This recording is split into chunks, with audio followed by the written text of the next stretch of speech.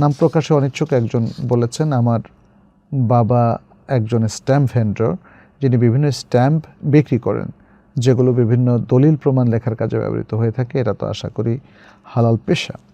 কিন্তু এর পাশাপাশি আমার মা বাবা একটি লাইফ ইন্স্যুরেন্স কোম্পানির এজেন্ট হিসাবে কাজ করেন। তাদের কাজ হলো মানুষকে সেই কোম্পানিতে বিমা করানো।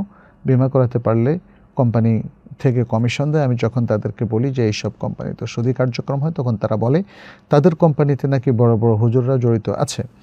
আমি কোনোভাবেই তাদেরকে বোঝাতে পারছি না তাদের এই ইনকাম হালাল কি না। যদি না হয় তবে আমার করণীয় কি?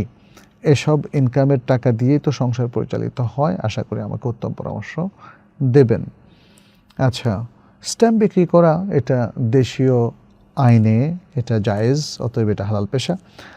আর লাইফ ইন্স্যুরেন্স কোম্পানি আমরা বুঝতে পারছি এটা কনভেনশনাল ইন্স্যুরেন্স।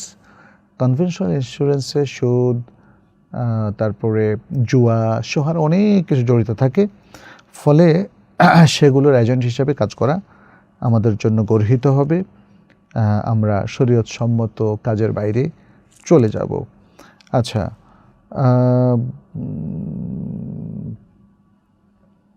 এরপর আপনি বলছেন যে এসব কোম্পানিতে যে সুদি কার্যক্রম হয়, আচ্ছা আপনার করণীয় কি? ইনকামটা আপনার মা বাবা করছে, তাই না? আপনার করণীয় কি?